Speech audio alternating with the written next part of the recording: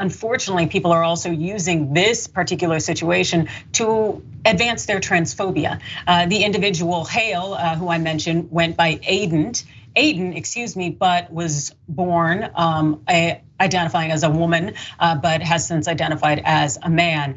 People are using that really to further and advance their transphobic agenda that we have seen pop up across the country with the anti-LGBTQ sentiment.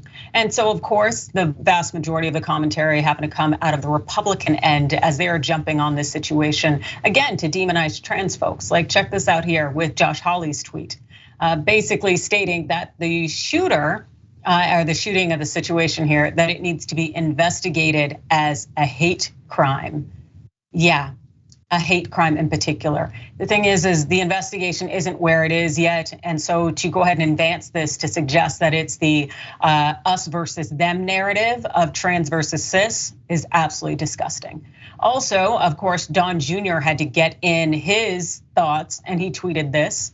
Mothers at PTA meetings who didn't want their children indoctrinated in schools were labeled domestic terrorists by our FBI and DOJ. So far, nothing about that after a trans sociopath who wrote, "You mess with our kids, we kill your kids," in his manifesto before killing 6 people.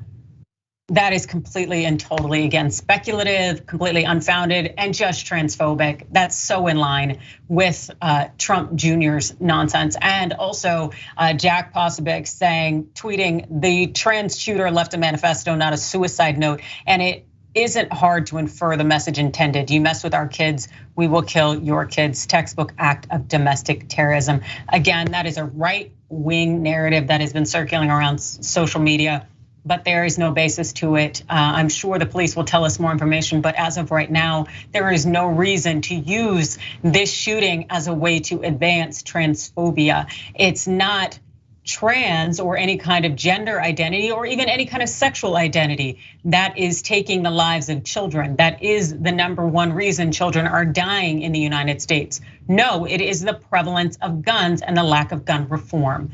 Again, for those in the back, it is a lack of gun reform. There are not individuals out there targeting your children that are the problem.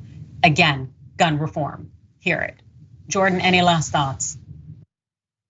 The right-wing push and narrative around this shooting is a total distraction, and I would encourage people not to take the bait.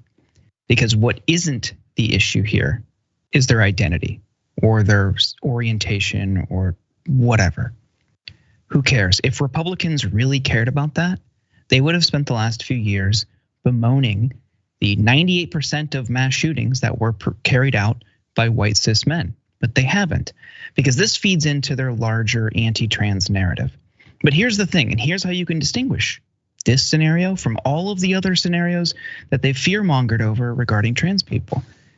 Nobody's died at any of these other situations. They haven't died at drag queen story hours or from trans people existing.